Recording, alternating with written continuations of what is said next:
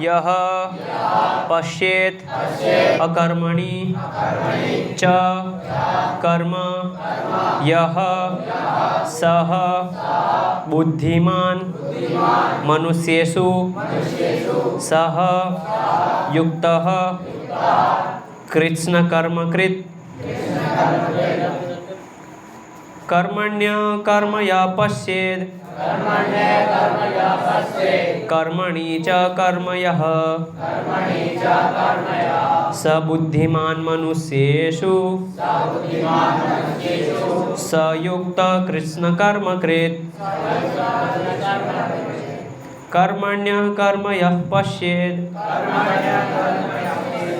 कर्मणि च कर्म यः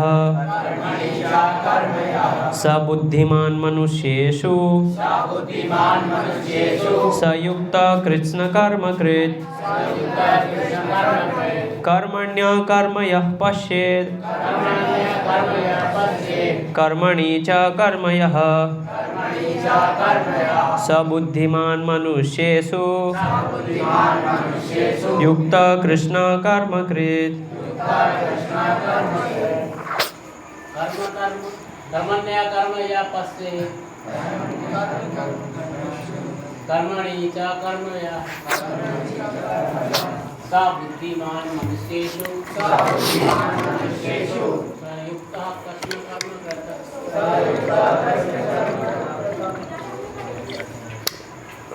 कर्मण्य कर्मया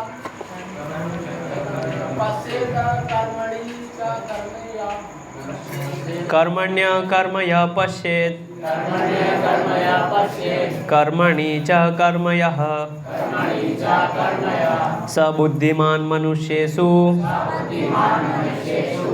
स युक्त कृत्स्नकर्मकृत् कर्मणि कर्म में अकर्म अकर्म यह जो पश्येत देखता है अकर्मणि अकर्म में च भी कर्म सकाम कर्म यह जो सह वह बुद्धिमान बुद्धिमान है मनुष्येषु मानव समाज में सह वह युक्त दिव्य स्थिति को प्राप्त कृत्स्न कर्मकृत सारे कर्मों में लगा रहकर भी अनुवाद एवं तात्पर्य अभय चरणारविंद भक्तिवेदांत श्रील प्रभुपाद जी द्वारा अनुवाद। जो मनुष्य कर्म में अकर्म और अकर्म में कर्म देखता है वह सभी मनुष्य में बुद्धिमान है और सब प्रकार के कर्मों में प्रवृत्त रहकर भी दिव्य स्थिति में रहता है।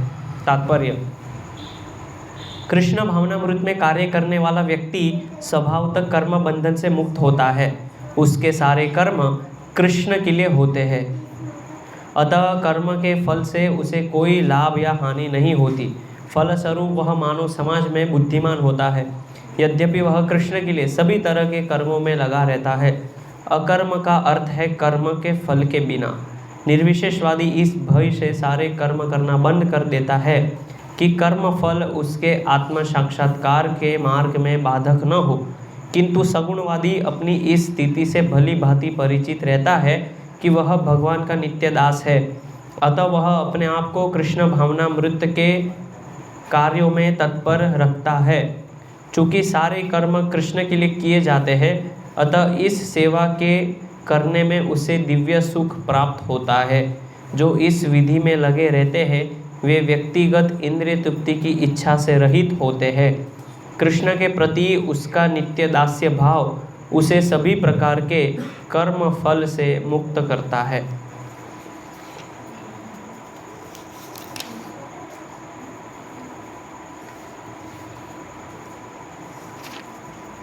ओम अज्ञानतिमिरान्धस्य ज्ञानाञ्जनशलाकया चक्षुरुन्मीलितं येन तस्मै श्रीगुरवे नमः। श्रीचैतन्यमनोभीष्टं स्थापितं येन भूतले स्वयं रूपः तदा मह्यं ददाति स्वपदान्तिकं। वन्देऽहं श्रीगुरो श्रीयुतपदकमलं श्रीगुरोन् वैष्णवांश्च श्रीरूपं साग्रजातं सहगण रघुनाथान्वितं तं सजीवं साद्वैतं सावधूतं परिजनसहितं कृष्ण चैतन्यदेवं श्री राधा कृष्ण पादान् सहगणललिता श्री विशाखान्वितांश्च नाम श्रेष्ठं मनमपि सच्चिपुत्रमत्र स्वरूपं रूपं तस्यागजं पुरीं माधुरीं गोष्ठवतीं राधाकुण्डं गिरिवरम् अहो राधिका माधवाशां प्राप्तो यस्य पतितकृपया श्रीगुरुं तं नतोऽस्मि। नमो विष्णुपादाय कृष्णपृष्ठाय भूतले श्रीमते भक्तिवेदांत स्वामिनिति नामिने नमस्ते सारस्वते देवे गौरवाणी प्रचारिणे निर्विशेष शून्यवादी पाश्चात्यदेशतारिणे। जय श्री कृष्ण चैतन्य प्रभु नित्यानंद श्री अद्वैत गदाधर शिवासादि गौर भक्तवृंद। हरे कृष्ण कृष्ण कृष्ण हरे हरे, हरे राम राम राम हरे हरे, हरे कृष्ण। तो ये जो आज का श्लोक है ये विशेष रूप से भक्तों के लिए है कि भक्तों जो वैष्णव होते हैं तो उनको कैसे देखना चाहिए, वैष्णव के कार्यकलापों को। तो जैसे कि इसमें बताया है कर्मण्य कर्म यह पश्येत कर्मणि च कर्म यह, कि कौन व्यक्ति बुद्धिमान है, इसमें लिखा है सबुद्धिमान मनुष्येषु, वो व्यक्ति बुद्धिमान है जो कर्म में अकर्म देखता है और अकर्म में कर्म देखता है। तो इसको कैसे समझेंगे कि व्यक्ति जो है अकर्म में कर्म और कर्म में अकर्म देखे, ये कैसे हम समझ सकते हैं। तो सामान्यतया जब भगवान के शुद्ध भक्त वैष्णव इस जगत में होते हैं तो उनके कार्य कई बार लोगों को चकित करने वाले होते हैं, लोगों को भ्रमित करने वाले होते हैं उनके कर्म। क्योंकि जब हम भक्ति में लगते हैं तो भक्ति में धीरे धीरे धीरे प्रगति करने से हम भगवान के प्रेम को प्राप्त कर लेते हैं। और जब व्यक्ति को भगवान का प्रेम प्राप्त होता है तो फिर वह सामान्य व्यक्ति की तरह कार्य नहीं करता है, कुछ विशिष्ट प्रकार के लक्षण उनमें दिखते हैं। और जो नराधम है, जिसके अंदर बुद्धि नहीं है, जो मूर्ख है, वो लोग जब ऐसे भक्तों को, वैष्णव को देखता है तो उसका मजाक उड़ाता है, क्योंकि वो व्यक्ति भगवान के भक्तों के जो कर्म हैं उसको सही रूप से देख नहीं पा रहा है। इसलिए यहाँ पे बताया है कि जो व्यक्ति कर्म में अकर्म देखते हैं। तो इसीलिए कई बार सामान्य बद्ध जीवों को वैष्णव जो होते हैं, भगवान के शुद्ध भक्त होते हैं, उनके कर्मों से वो जो बद्ध जीव है उनको चकित कर देते हैं, और जो ऐसे जो बद्ध जीव है वो उसे मोहित हो जाते हैं और उनकी खिल्ली उड़ाते हैं, मजाक उड़ाते हैं। तो इस प्रकार से वो भक्तों के प्रति अपराध करते हैं। ऐसे अनेक बहुत सारे शास्त्र में उदाहरण हैं भागवतम में कि जब भगवान के भक्त इस संसार से विरक्त हो जाते हैं और उनका लक्ष्य केवल भगवान की भक्ति और भगवान का प्रेम प्राप्त करना होता है, तो एक पागल की भांति कार्य करते हैं समाज में, संसार में। तो जैसे हम उदाहरण देखते हैं राजा ऋषभदेव का, श्रीमद् भागवत के 5वें स्कंद में राजा ऋषभदेव का वर्णन आता है। तो ऋषभदेव जो है वो भगवान के शुद्ध भक्त हैं और उन्होंने अपने 100 पुत्र को शिक्षाएं दी थी, और उसी में से एक है भरत महाराज। तो जो ऋषभदेव थे उन्होंने अपने पुत्रों को कई सारी शिक्षाएं दी, और उसमें से मुख्य शिक्षाएं हैं जो हम वैष्णवगण उसका पालन करते हैं, उनकी शिक्षाओं का। तो जब उन्होंने देखा कि इस संसार में कुछ नहीं है तो वो विरक्त हो गए, और किस तरह से अवधूत वेश उन्होंने धारण कर लिया। वस्त्र नहीं पहनना, किसी से कुछ बोलना नहीं, किसी से बातचीत नहीं करना, और एकदम पागल की भांति व्यवहार करना सबसों से, सभी लोगों से। तो जब वो इस प्रकार से कार्य करते थे, तो जब वो विचरण करते थे ऐसे बाहर समाज में, तो कई बार लोग उनके ऊपर थूकते थे, लोग उनके ऊपर पेशाब कर देते थे, मल त्याग मूत्र त्याग कर देते थे। तो इस प्रकार से लोग उनके साथ व्यवहार करते थे, लेकिन आंतरिक रूप से वो भगवान के शुद्ध भक्त थे। वो बाहरी रूप से ऐसा प्रदर्शित कर रहे हैं कि वो पागल है, लेकिन उनको भगवान का प्रेम इतना प्राप्त हो गया है कि उनको संसार की बाह्य चीज़ें जो है आकर्षित नहीं कर रही है। इसीलिए जो व्यक्ति बुद्धिमान होगा वो भगवान के जो ऐसे शुद्ध भक्त होंगे, परमहंस भक्त होंगे, उनके बाहरी कर्मों से वो मोहित नहीं होंगे। इसलिए उनके सामान्य कर्म में क्या देखना चाहिए? अकर्म देखना चाहिए। अकर्म अर्थात उनके जो कार्य होते हैं वो उनको इस जगत में नहीं बांधते, बल्कि भगवान से और अधिक पास में उनको ले जाते हैं और निकट ले जाते हैं। अकर्म अर्थात फल की इच्छा नहीं है, वो कार्य करना जिससे कोई फल नहीं बनता है, तो वो कार्य क्या होता है? कृष्ण भावना भावित कर्म। तो ऐसे जो भगवान के शुद्ध भक्त होते हैं वो जब कार्य करते हैं तो उससे उनको फल नहीं लगता है। और शास्त्र में वर्णन है, चैतन्य महाप्रभु भी बताते हैं और चैतन्य चरितामृत में भी वर्णन है कि वैष्णव को अगर समझना है, किसी भक्त को अगर आपको जानना है, तो उनके कार्यों से और उनके कर्म से उनको मत जानो, नहीं तो आप हमेशा मोहित हो जाओगे। उनकी शिक्षाएं और उनके उपदेश से उनको जानो कि वो क्या बोल रहे हैं, क्या कह रहे हैं। तो शास्त्र में चैतन्य चरितामृत में वर्णन है, वैष्णवेर क्रिया मुद्रा विज्ञे न बुझाए, कि वैष्णव की जो क्रिया मुद्राएं होती है वो बुद्धिमान व्यक्ति को समझ में नहीं आती है। तो इसीलिए हमें वैष्णव को अगर पहचानना है तो उनके उपदेश और उनके जो संदेश उसको पहले समझना चाहिए, बजाय उनके कर्मों को देख के। तो सामान्यतः क्या होता है समाज में कि हम वैष्णव के उपदेश और उनके संदेश को छोड़ के उनके कर्मों पे ज़्यादा ध्यान देते हैं कि ये तो भगवान के भक्त हैं, इन्होंने ऐसा किया, ये ऐसा आचरण करते हैं, ऐसा व्यवहार करते हैं, इस पे ज़्यादा ध्यान देते हैं। लेकिन उनकी जो वाणी होती है, संदेश होते हैं, उस पे ज़्यादा ध्यान नहीं देते। तो ये त्रुटि है समाज में, इसको सुधारना चाहिए हमें। तो बताया कि वैष्णवेर क्रिया मुद्रा विज्ञ ना बुझाए, कि वैष्णव को जो है हम उनकी क्रिया और मुद्रा से नहीं समझ सकते।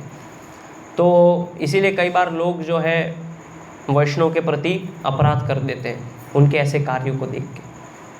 तो एक बहुत ही अच्छी पुस्तक है कृष्ण भजनामृत, उसमें एक आचार्य बताते हैं, एक बहुत ही प्रसिद्ध श्लोक आता है, तो उसमें बताते हैं, न दोष वैष्णव दृश्यात् कर्मचार विलोकनाथ, कर्मचार विशुद्धावा के संति कलिमर्दिता। तो उसमें बताया न दोष वैष्णव दृश्यात्, कि जब कोई वैष्णव अगर कोई कर्म करता है, अगर वो आपकी बुद्धि में नहीं आ रहा है, आपके समझ में नहीं आ रहा है, तो भी उसमें दोष नहीं देखना चाहिए। न दोष वैष्णव दृश्यात् कर्मचार विलोकनाथ, कि उनके कर्म और आचरण में आपको दोष दिखेंगे।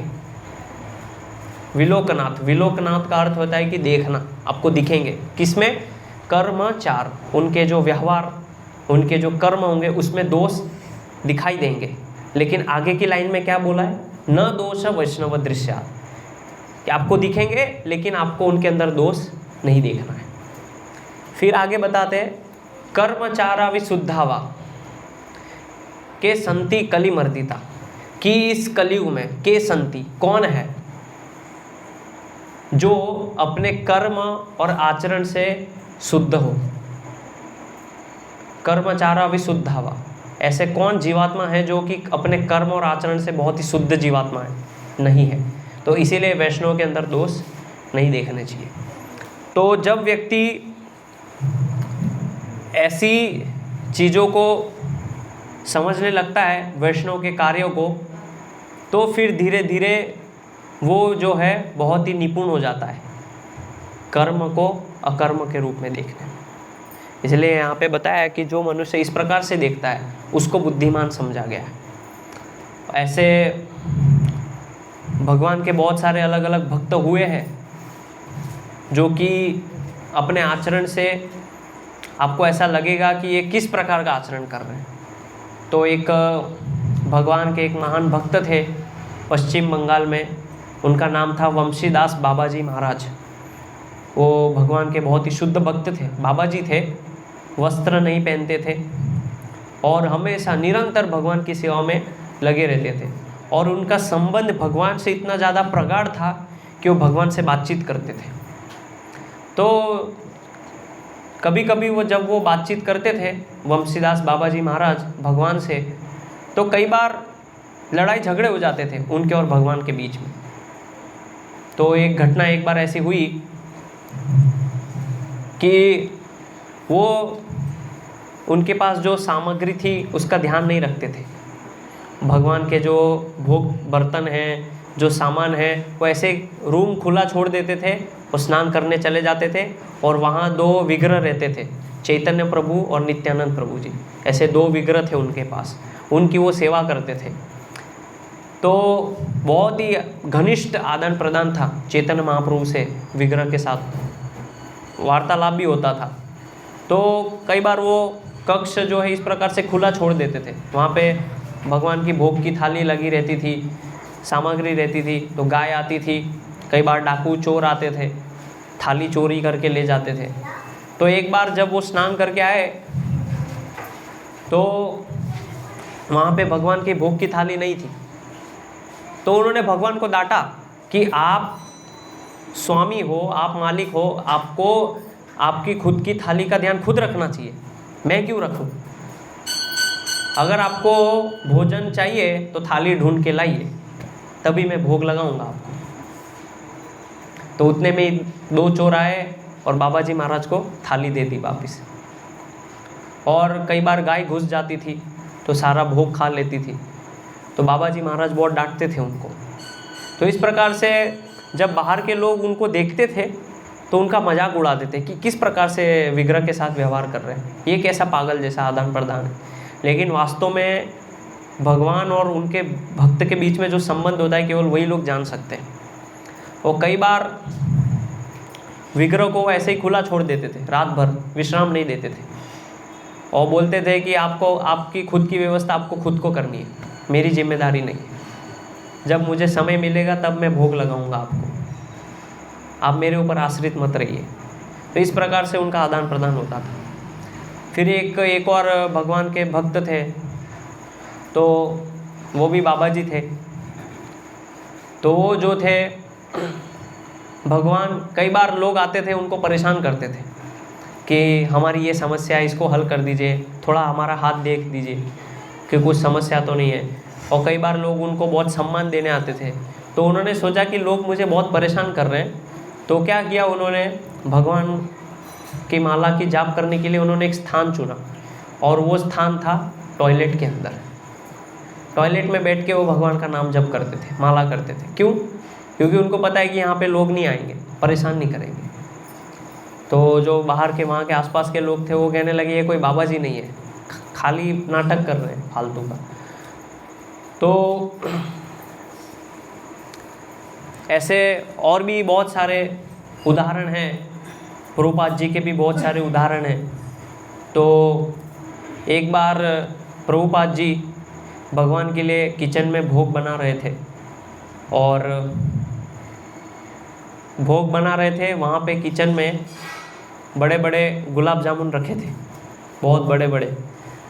अभी तो बहुत छोटी छोटी गोलियाँ बनाते हम लोग, प्रभुपाद के टाइम में इतने बड़े बड़े गुलाब जामुन, अगर आदमी 2 खाएगा तो उसमें पेट भर जाएगा उसका। यहाँ पे 10 भी खाते तो भी पेट नहीं भरता है। तो बहुत बड़ी बड़ी गुलाब जामुन किचन में रखी थी। तो सब माता जी प्रभु जी लोग मिलके किचन में बना रहे थे भोग, और प्रभुपाद जी ऐसे ही देखने गए कि क्या हो रहा है किचन में, चलो देखते हैं। तो वो किचन में गए, सब देखा और वहाँ से एक गुलाब जामुन उठा के मुंह में डाल दिया। बोले बहुत स्वादिष्ट है। तो सब माता जी कहने लगे प्रभुपाद जी भोग नहीं लगा है। प्रभुपाद जी कहने लगे भोग लग गया है, मैंने खा लिया तो ये भोग लग गया। कोई ज़रूरत नहीं भोग लगाने की।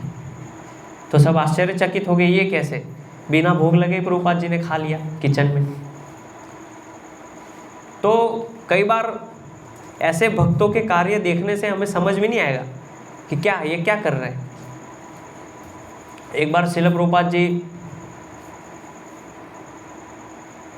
वृंदावन में भागवत कक्षा कर रहे थे, इस्कॉन वृंदावन में। तो भागवत कक्षा करते करते उनको नाक में उन्होंने कचराया होगा, नाक में साफ किया और ऐसे हाथ से निकाल के फेंक दिया। तो सब सोचने लगे ये क्या कर रहे हैं प्रभुपाद जी, भागवत कक्षा करते करते ये एकदम से।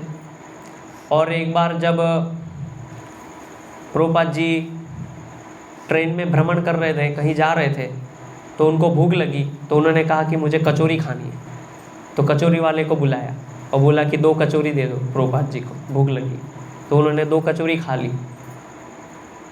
तो फिर शिष्य लोग बोले कि प्रभुपाद जी आप ऐसा बताते हैं हम लोग को सब शिक्षाएं, लेकिन प्रभुपाद जी बोले आप मुझे नहीं समझ सकते, आपकी बस की बात नहीं है मुझे समझना। वो व्यक्ति जो शुद्ध है वही मुझे समझ सकता है, और आप अभी तक शुद्ध नहीं हुए हैं, आप अभी शुद्ध होने के मार्ग पे हैं, इसलिए आप मुझे नहीं समझ सकते। तो इस प्रकार से कई बार भगवान के भक्त ऐसे ऐसे विचित्र कार्य करते हैं, मतलब हमारे लिए विचित्र लगते हैं, लेकिन वो वास्तव में होते हैं भगवान की सेवा के लिए। लेकिन हम अपनी चर्म चक्षु से देखते हैं, इसलिए ऐसा लगता है कि ये शास्त्र के विरुद्ध काम करते हैं। उसी प्रकार से भगवान कृष्ण का उदाहरण लीजिए। भगवान कृष्ण ने जो है चीरहरण किया। गोपिकाएं जब स्नान करने जाती थी यमुना में, तो उनके वस्त्र चुरा लेते थे, पेड़ पे बैठ जाते थे और फिर रासलीला करते थे। तो इस प्रकार से उन्होंने ऐसी बहुत सारे लीलाएं की, तो जिसको देखने से हमें लगता है ये भगवान है, ये कैसे भगवान है, ये प्रभुपाद जी ऐसे कैसे प्रभुपाद जी इस प्रकार से आचरण कर रहे हैं। तो इसीलिए हमें कर्मों को ना देखते हुए, इसलिए कहा जाता है कि उनके उपदेश, उनकी शिक्षाओं को ज़्यादा महत्व देना चाहिए कि वो बोल क्या रहे हैं, उनकी शिक्षाएं क्या हैं। तो भगवान की ऐसी लीलाओं को छोड़ के भगवान का जो संदेश, भगवत गीत जो भगवान ने गाया है कुरुक्षेत्र में, भगवत गीता, उसको पकड़ना चाहिए। लेकिन लोग अक्सर करते क्या है कि भगवत गीता छोड़ देते हैं और वो लीलाएं लेते हैं और फिर भगवान के ऊपर संशय करते हैं। लेकिन जो भगवान ने उपदेश दिए, जो भगवान की वाणी है भगवत गीता, उसको लोग अपनाते नहीं हैं। तो इसीलिए ये बहुत बड़ी त्रुटि हो जाती है सामान्य जीवों से कि लोगों के जो भगवान के भक्त होते हैं उनके अंदर वो इस प्रकार से दोष देखते रहते हैं और उनको ये समझ में नहीं आता ये क्या कर्म है कि अकर्म है, किस प्रकार से ये समझ में नहीं आ रहा है। तो इसीलिए जब हम भगवान के शुद्ध भक्त वैष्णवों से श्रवण करते हैं तो धीरे धीरे भगवान के भक्तों की जो कार्य करने की पद्धति है, किस प्रकार से वो कार्य करते हैं, वो भी हमें समझ में आने लगता है धीरे धीरे। तो लेकिन एक चीज़ हमें याद रखनी चाहिए कि जितने भी ये महान भगवान के शुद्ध भक्त होते हैं, बेसिक रूल्स सब लोग पालन करते हैं। सामान्य जो रूल्स पालन होने चाहिए वो पालन करते हैं। जैसे स्त्रियों से वार्तालाप नहीं करना, स्त्रियों के साथ एकांत में नहीं बैठना, स्त्रियों से चर्चा नहीं करना। आप देखिए कितने बड़े बड़े संत हुए हैं, लेकिन कभी भी ये मामले में किसी ने भी ढील नहीं दी है। इसमें बहुत स्ट्रिक्ट रहेंगे, उसमें पागलपन नहीं चलेगा, उसमें एकदम सजग, साधु सावधान हो जाते हैं। तो ये सामान्य रूल्स जो है सब लोग पालन करते थे। तो इसीलिए हमें जो है वैष्णव की इस प्रकार की जो क्रियाएं हैं, तो वो अपने बुद्धि से उसको समझने का प्रयास नहीं करना चाहिए, उसको शास्त्र से जानने का प्रयास करना चाहिए। और वास्तव में ये जो भगवान के शुद्ध भक्त होते हैं वो गुणों के अंदर कार्य नहीं करते।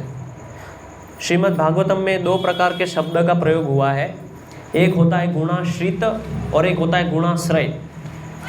तो जो सामान्य बद्ध जीव होते हैं वो गुणाश्रित होते हैं, गुणों के आश्रय में रहते हैं, और एक होते हैं गुणाश्रय, उनके ऊपर जो है।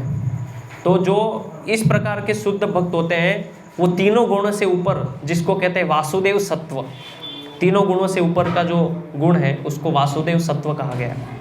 तो उस अवस्था में वो लोग कार्य करते हैं, और इसका वर्णन भगवान भगवद गीता में कहते हैं, माम चयो व्यभिचारेण भक्ति योगेन सेवते सगुणान समतीत्यैतान ब्रह्म भूयाय कल्पते। माम चयो व्यभिचारेण, कि जो व्यक्ति मेरी अव्यभिचारिणी, केवल मेरी शरणागति में आके भक्ति करता है, तो उससे क्या होता है, सगुणान समतीत्यैतान, कि वो सारे तीनों गुणों को ऊपर लांग के ब्रह्म भूयाय कल्पते, ब्रह्म को प्राप्त करता है। तो ये जो जितने भी भगवान के भक्त हैं, ऋषभदेव है, जड़ भरत है, तो जड़ भरत भी इस प्रकार से कार्य करते थे। श्रीमद् भागवत में वर्णन है कि बोलते नहीं थे और सहन करते थे, कुछ भी गूंगे की तरह, बहरे की तरह, इस प्रकार से वो कार्य करते थे। और संत तुकाराम महाराज है, तो वो भी कई बार इस प्रकार से कार्य करते थे, तो लोग उनका मजाक उड़ाते थे। तो तुकाराम महाराज की एक छोटी सी घटना है, क्योंकि मेरा जन्म महाराष्ट्र का है तो मैं काफ़ी परिचित हूँ तुकाराम महाराज जी से। तो उनकी एक छोटी सी घटना मुझे स्मरण है। एक बार वो हर साल तुकाराम जी जो है पंढरपुर जाते थे भगवान पंढरीनाथ का दर्शन करने। तो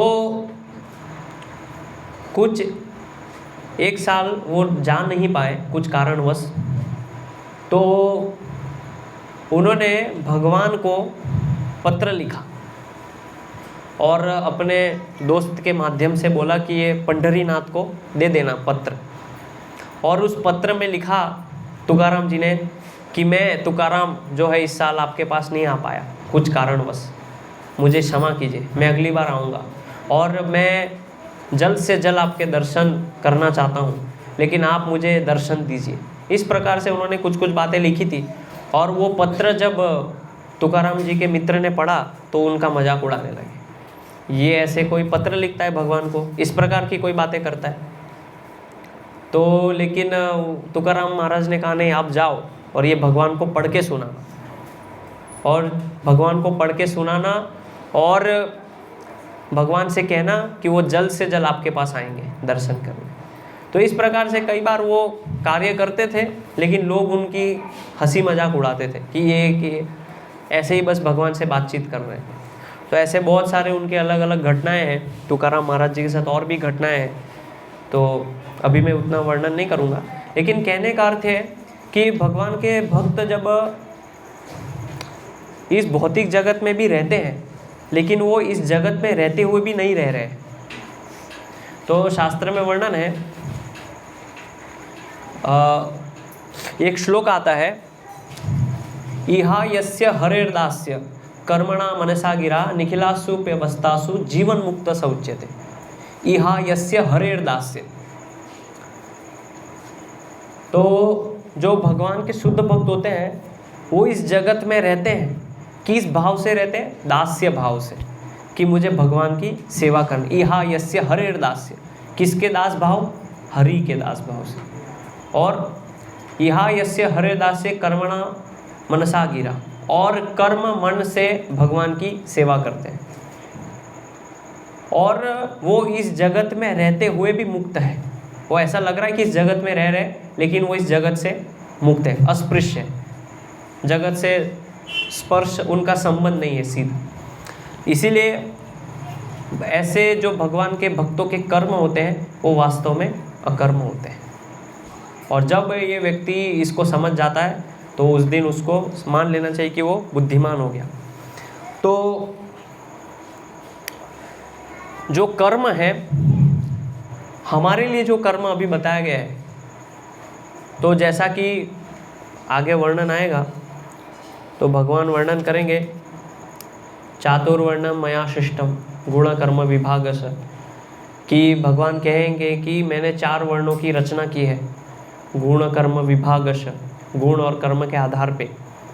तो ब्राह्मण, क्षत्रिय, वैश्य, शूद्र, ब्रह्मचारी, गृहस्थ, वानप्रस्थ और संन्यास, तो ये 4 वर्ण 4 आश्रम की रचना की है। और उसमें अलग अलग कर्म बताए गए व्यक्ति के। तो कभी कभी देश काल परिस्थिति के अनुसार भी कर्म हमें करने पड़ते हैं। जैसे उदाहरण के लिए कि सन्यासी का कर्तव्य है कि कभी सागर पार करके मलेच्छ देश में नहीं जाना चाहिए, ये शास्त्र में निषिद्ध बताया गया है। लेकिन श्रील प्रभुपाद जी गए, सागर पार करके मलेच्छ देश में गए। क्यों? देश काल परिस्थिति। तो देश काल परिस्थिति ये थी कि भगवान का प्रचार करना और उनको भक्त बनाना ज़्यादा महत्वपूर्ण था। अगर मैं केवल मेरा कर्म पालन करता तो वहाँ पे इतने जो हजारों लोग जो सड़ रहे हैं, जो जीवन में अलग अलग दुख भोग रहे हैं, उनको कृष्ण भक्ति कैसे मिलती। तो इसलिए श्रील प्रभुपाद जी ने वो शास्त्र में जो निषिद्ध कर्म बताया गया है सन्यासी के लिए, उसको तोड़ के सागर पार करके गए। क्यों? क्योंकि उनको कृष्ण भक्ति देनी थी। तो ऐसे कई बार भगवान के जो शुद्ध भक्त होते हैं वो देश काल परिस्थिति के अनुसार कर्मों का उल्लंघन करके जो भगवान की भक्ति के लिए श्रेष्ठ चीज़ है उसका वो लोग पालन करते हैं उस अवस्था में वो जो आवश्यक है। तो और भी ऐसे बहुत सारे उदाहरण बताए गए हैं कि जो ब्रह्मचारी सन्यासी होते हैं वो शहर में भ्रमण नहीं करते हैं, वो गुरु के पास आश्रम में रहते हैं और गुरु की सेवा करते हैं। लेकिन इस्कॉन में वर्तमान समय में रात रात तक शहर में भ्रमण करना पड़ता है। आप यहाँ पे बैठे अभी देखिए 9 बजे हम प्रवचन कर रहे हैं, तो शास्त्र के अनुसार संध्या के समय ब्रह्मचारी को सो जाना चाहिए, जगना नहीं चाहिए। ये शास्त्र में लिखा है ब्रह्मचारी के कर्म क्या है, लेकिन हम लोग नहीं करते पालन। फिर शास्त्र में वर्णन है कि संध्या के समय रात्रि में भोजन नहीं करना चाहिए, लेकिन जब प्रचार कार्य करते हैं तो कई बार लेट हो जाता है तो रात को भी प्रसाद लेना पड़ता है। तो ऐसे बहुत सारे कार्य कर्म सन्यासी ब्रह्मचारी के लिए निषिद्ध है, लेकिन देश काल परिस्थिति देखते हुए उसको हमें एडजस्ट करना पड़ता है। क्यों करना पड़ता है? क्योंकि उससे भगवान की सेवा हो रही है। तो ये जो एडजस्टमेंट है ये हमें अपने मन से नहीं करने होते हैं, ये शास्त्र में दिए होते हैं कि इस अवस्था में ये धर्म है तो उससे उपला धर्म कौन सा है, वो किस अवस्था में कब पालन करना चाहिए। तो ये जो कर्म है ये वास्तव में समझना अपने आप में बहुत बड़ा चुनौती है। इसको समझना इतना आसान नहीं है, कर्मों को समझना। तो कई बार आप लोग को देखने में ऐसा लगता होगा कि ये तो साधु है, ब्रह्मचारी सन्यासी है और इस प्रकार से कार्य कर रहे हैं। तो इसीलिए ऐसे वैष्णवों को, भगवान के भक्तों को जब हम देखें तो ये प्रयास कीजिए कि उनके कर्मों को ना देखते हुए, उनके जो आचरण व्यवहार है उसको ना देखते हुए, उनकी जो वाणी है, उपदेश है, उसको ज़्यादा महत्व दीजिए। तो आपको थोड़ा सरल हो जाएगा उनको समझना। नहीं तो अगर आप अवलोकन करने जाएंगे तो जो वर्तमान कलयुग में ब्रह्मचारी और सन्यासी है और जो ऐसे भगवान के भक्त हैं, तो एक भी चीज़ वो शास्त्र के अनुसार आपको मिलेगी नहीं, पूरा शास्त्र के विपरीत ही मिलेगा आपको। तो इसीलिए जो है हमारी बुद्धि को थोड़ा खोल के, कई बार हम क्या है कि बुद्धि छोटी है तो उसी छोटी बुद्धि से समझने का प्रयास करते हैं, लेकिन हमारे जो सूक्ष्म तंतु है बुद्धि के उसको खोलते नहीं है। तो उसको थोड़ा अच्छे से खोल के गहराई से समझ के कि ऐसा क्यों है, और शास्त्र से उसकी समझ बिठा के, आपस में सामंजस्य बिठा के, जो भगवान के भक्तों की वाणी है, शास्त्र की वाणी, उसको सामंजस्य बिठा के उसका सार ग्रहण करना चाहिए। तो हमें भारग्राही नहीं बनना है, सारग्राही बनना है। शास्त्र में 2 शब्द है, सारग्राही और भारग्राही।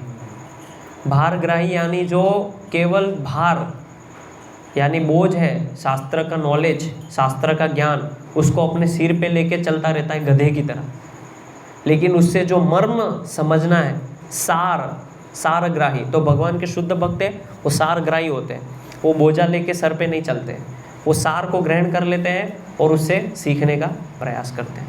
तो इसलिए हमें भारग्राही नहीं बन के सार को समझना है, सार को एक्सेप्ट करना है, सार को स्वीकारना है और उसके अनुसार अपने जीवन में उसको उतारना है।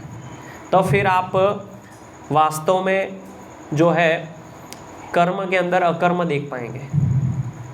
यानी कि भगवान के शुद्ध भक्तों के जो भी कार्य होते हैं, चलना, बोलना, बैठना, फिरना, घूमना, जो भी कार्य है वो भगवान की संतुष्टि के अलावा और कुछ नहीं है। अगर वो सो भी रहे वो भी भगवान की सेवा है। अब आप कहेंगे ये कैसी सेवा है? वो सेवा है, क्योंकि अगर वो सोएंगे नहीं, शरीर स्वस्थ नहीं होगा, और शरीर स्वस्थ नहीं होगा तो अगले दिन भगवान की सेवा नहीं कर पाएंगे, अगले दिन सुबह मंगला आरती नहीं उठ पाएंगे, तो भगवान की सेवा है। वो खाते हैं, वो सेवा है भगवान की। अब आप कहेंगे वो कैसी सेवा है? खाने से भगवान की सेवा, वो सेवा है, क्योंकि अगर वो खाएंगे नहीं तो शरीर कैसे चलेगा, भगवान का प्रचार कैसे कर पाएंगे, कैसे वो बोल पाएंगे, शरीर कमज़ोर हो जाएगा, प्रचार नहीं कर पाएंगे। तो हर एक कार्य भगवान के भक्त जो भी करते हैं वो भगवान की सेवा होती है, चाहे वो बोलना हो, खाना हो, सोना हो। लेकिन उसके विपरीत जो सामान्य बद्धजीव होते हैं वो सेम कार्य कर रहे हैं, लेकिन वो क्या होता है? स्वार्थपूर्ण कार्य होता है, उसमें भगवान की सेवा नहीं होती है। क्योंकि वो क्यों कर रहा है? खाना, भोजन क्यों खा रहा है? स्वास्थ्य अच्छा होगा तो मौज करेगा, मज़ा करेगा, घूमेगा, उससे भगवान की सेवा नहीं होगी। तो ये एक बहुत बड़ा अंतर है भगवान के भक्तों में और जो सामान्य बद्धजीव होते हैं उनमें, ये सबसे बड़ा अंतर है। तो इसको हमें समझना चाहिए, तब फिर हम वास्तव में ऐसे कर्म और अकर्म में भेद कर पाएंगे और इसको समझ पाएंगे सही रूप से। हरे कृष्ण। किसी का कुछ प्रश्न है, जिज्ञासा है?